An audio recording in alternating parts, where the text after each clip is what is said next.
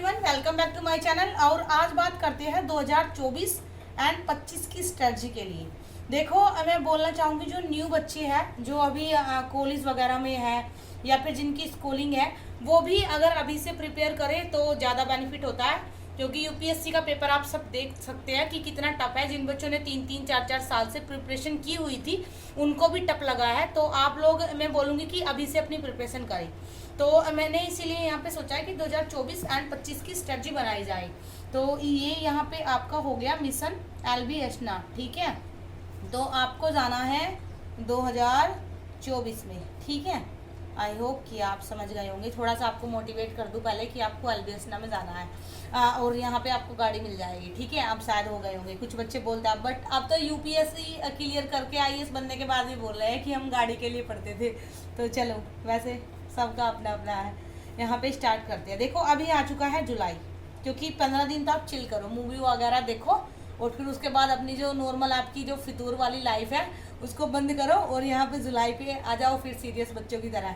जुलाई में आप लोग सिलेबस, सबसे पहले यूपीएससी का सिलेबस निकलवाओ, ठीक है। और आपको डिस्क्रिप्शन में लिंक भी मिल जाएगा वैसे अगर आपको चाहिए, लेकिन ज़रूरत भी नहीं है। सिलेबस गूगल पे जाके कोई भी सर्च करता है। आई होप कि आप इतने मैच्योर तो होंगे ही अगर आप 12th में भी हो। यहाँ पे फिर आप ले लीजिए प्रीवियस ईयर क्वेश्चन पेपर की बुक।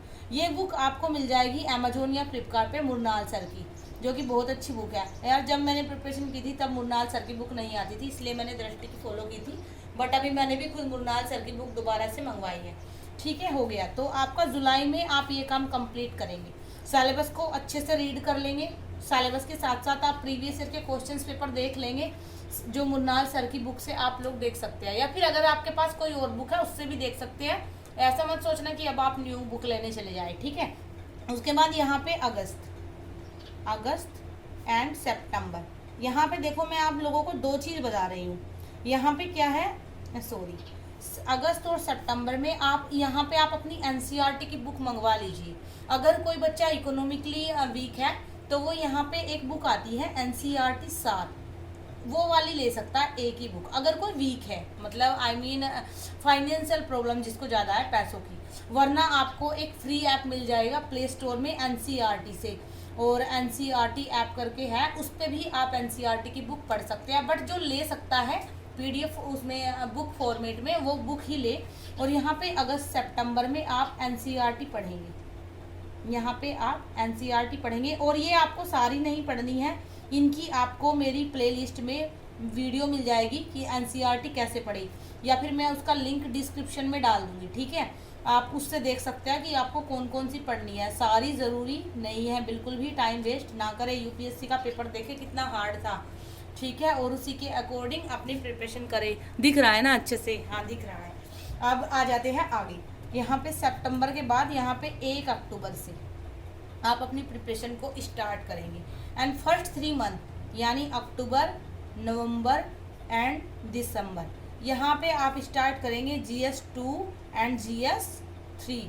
और जब आपकी ये ख़त्म हो चुकी होगी ना, क्या बोलते हैं इसको, NCERT, तो आपका एक बेस अच्छे से मजबूत हो जाएगा। उसके बाद GS 2 एंड 3 का आप स्टैटिक कवर करेंगे, ठीक है। और जो 2024 के बच्चे हैं वो यहाँ पे करंट अफेयर शुरू करेंगे जनवरी से, जनवरी 2023, ठीक है, अभी नहीं करनी है।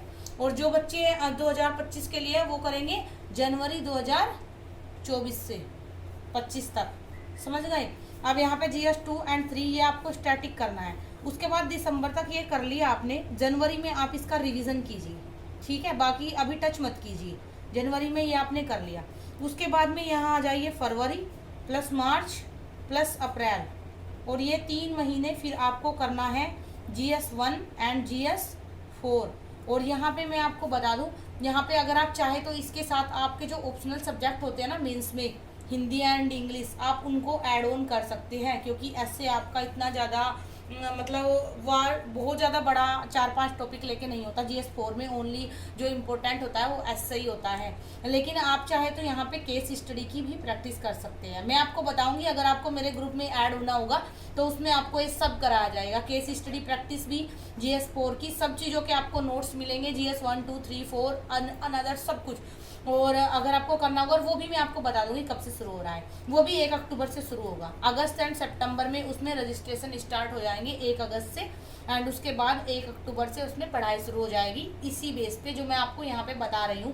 बट ज़रूरी नहीं है ग्रुप करना, मैं ये नहीं बोल रही हूँ मेरा ग्रुप ही ज्वाइन करो, मुझे ज़रूरत नहीं है, और बच्चे काफ़ी हो जाएंगे। बट आप खुद से भी ऐसे ही इसी फॉर्मेट में प्रिपरेशन करेंगे, जो बच्चे फीस नहीं करा सकते अफोर्ड, तो ठीक है। यहाँ पे आपका ये हो गया। उसके बाद आप यहाँ पे मई में आएंगे, तो आप मई में और मई और जून आप इनका रिवीजन कर लेंगे, ठीक है। हो गया आपका इसका रिवीजन, और यहीं पे आपको स्टार्ट कर देनी है आंसर राइटिंग, ओके, क्योंकि काफ़ी ज़्यादा पोर्शन आप ऊपर कवर कर चुके होंगे, जिसकी आंसर राइटिंग आपको यहाँ पे स्टार्ट कर देनी है। मई जून में रिवीजन हो गया। उसके बाद आपका आया यहाँ पे जुलाई 2023 एंड जुलाई 2023, क्योंकि आपको 24 में देना है ना, जुलाई एंड अगस्त एंड सितंबर, 3 महीने आपके यहाँ पे ये आ गए। अभी 3 महीनों में आपको क्या करना है, 3 से भी 4 ले लीजिए, अक्टूबर भी ले लीजिए, यहाँ तक आपको आते आते पता चल जाएगा कि किस सब्जेक्ट में आप अच्छे हो। और ये पता चलने के बाद यहाँ पे आपको अपना ऑप्शनल उठाना है, क्योंकि आपके पास टाइम काफ़ी है, इसलिए ऑप्शनल मैंने सबसे बाद में रखा है। ऑप्शनल के दोनों पेपर आपको 4 महीने में अच्छे से, जैसे होता है ना घोट के पी देना, वो वाला काम करना है। और उसके बाद यहाँ पे अक्टूबर में आपका ऑप्शनल ख़त्म, और यहाँ तक आते आते ना आपको बहुत अच्छे से आइडिया हो जाएगा कि आपको कौन सा ऑप्शनल चूज करना है। उसके बाद में आ जाइए नवंबर एंड दिसंबर एंड जनवरी, ये 3 मंथ आपको जितना भी आपने पढ़ लिया है इसका कंप्लीट रिवीजन। मेरे ग्रुप में तो ऐसा ही होगा, आपको खुद से भी ऐसे ही कर लेना है अगर आपको करना है। हो गया, यहाँ पे आपका कंप्लीट रिवीजन हो जाता है, ठीक है। अभी सेकंड पेज लेना पड़ेगा, 1 सेकंड। तो यहाँ पे आपका कंप्लीट रिवीजन होने के बाद आप आ जाते हैं फरवरी मार्च। इन 2 महीनों में आपको कुछ नहीं करना है, सी सेट को स्ट्रॉन्ग करना है पहला काम, क्योंकि बच्चे सी सेट से में ही फेल हो जाते हैं। फरवरी मार्च आपको सी सेट करना है, और एनसीईआरटी जो आपने पढ़ी थी उसका आप यहाँ पर रिवीजन लगा लीजिए, ठीक है, क्योंकि मान लीजिए कि एनसीईआरटी से क्वेश्चन आते हैं यूपीएससी के प्रीलिम्स में।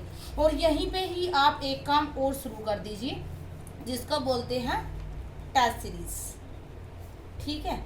और ये अगर आपको पैसे आपके पास ज़्यादा नहीं है तो आप फिर मतलब उससे कर सकते हैं, जो बुकलेट फॉर्मेट में आती है। और अगर आप मेरा ग्रुप ज्वाइन करते हैं तो सारा काम फिर तो मेरा ही है कराने का, टेस्ट सीरीज हम खुद कराएंगे फिर। तो यहाँ पे मार्च के बाद ये सब हो गया। उसके बाद अप्रैल एंड मई, इसमें आपको कंप्लीट रिवीजन, जो आपने शॉर्ट नोट्स बनाए होंगे, क्योंकि देखो इतना टाइम है तो शॉर्ट नोट्स आराम से बना सकते हो, और अगर मेरा ग्रुप ज्वाइन करोगे तो फिर मैं खुद ही नोट्स दे दूंगी। तो यहाँ पे आपको कंप्लीट रिवीजन करना है। सी सेट का जो आपने प्रैक्टिस की है उसको एक न्यू लुक देना है, मतलब अच्छे से सारी की सारी टेस्ट सीरीज जितनी आपने दी है पिछले महीनों में उनका आपको एनालाइज करना है। एंड सेकंड, आपको यहाँ पे सारी की सारी करंट अफेयर का रिवीजन करना है। एंड देन आपका आ गया जून 2024। इसमें क्या होता है, यूपीएससी का एग्ज़ाम, जो कि बहुत ज़्यादा हार्ड हो जाता है। तो जिन बच्चों को अभी लग रहा होगा ना बहुत टाइम है, आसमान से थोड़ा नीचे आओ और अपनी प्रिपरेशन स्टार्ट करो, ठीक है। जुलाई में आपको syllabus previous year question paper मुन्नाल सर के लेके एनालाइज करना स्टार्ट कर देना है। अगर मेरा ग्रुप ज्वाइन करना है तो 1 अगस्त से रजिस्ट्रेशन स्टार्ट हो जाएंगे, जिसमें आपको गाइडेंस दी जाती है, मेंटरशिप होती है, पढ़ाया नहीं जाता है आपको क्या पढ़ना है, कहाँ से पढ़ना है, किस टीचर से कितना पढ़ना है, कहाँ से कौन सा टॉपिक इंपॉर्टेंट है, कौन सा नहीं है, प्री के लिए क्या इंपॉर्टेंट है, मेंस के लिए क्या इंपॉर्टेंट है, करंट अफेयर कैसे की करनी है। और यहाँ पे अपने ग्रुप में करंट अफेयर में खुद कराती हूँ, और सी सेट यहाँ पे हम खुद कराएंगे। अगर 2 चीज़ें हम खुद कराएंगे यहाँ पे, सी सेट एंड एक चीज़ आपकी जो क्या बोलते हैं उसको, एक चीज़ सी सेट और एक चीज़ करंट अफेयर। और यहाँ पे टेस्ट सीरीज हम खुद देने वाले हैं 24 के बैच में। तो ये बैच आपका 24 एंड 25 दोनों के लिए होगा, और ये स्ट्रेटजी भी दोनों के लिए काम आएगी। अब मुझे कोई भी ये मैसेज ना करे कि 2025 के लिए स्ट्रेटजी बता दीजिए, क्योंकि यहाँ के बाद 25 वाले बच्चों को क्या करना है, इससे आगे चलते हैं। जो जिनको 25 में देना है, जितना आपने कर लिया, आप अपने घर पे बैठ के, आपकी एज कंप्लीट नहीं हुई मान लिया, आप अपने घर पे बैठ के 2024 का पेपर देंगी, तो आपको लगेगा कि आपने एग्ज़ाम दिया है, लेकिन आपको उसका डिफ़िकल्टी लेवल, उसका एनालिटिकल लेवल सब पता लग जाएगा और आप आसमान से थोड़ा ज़मीन पे आ जाएंगे।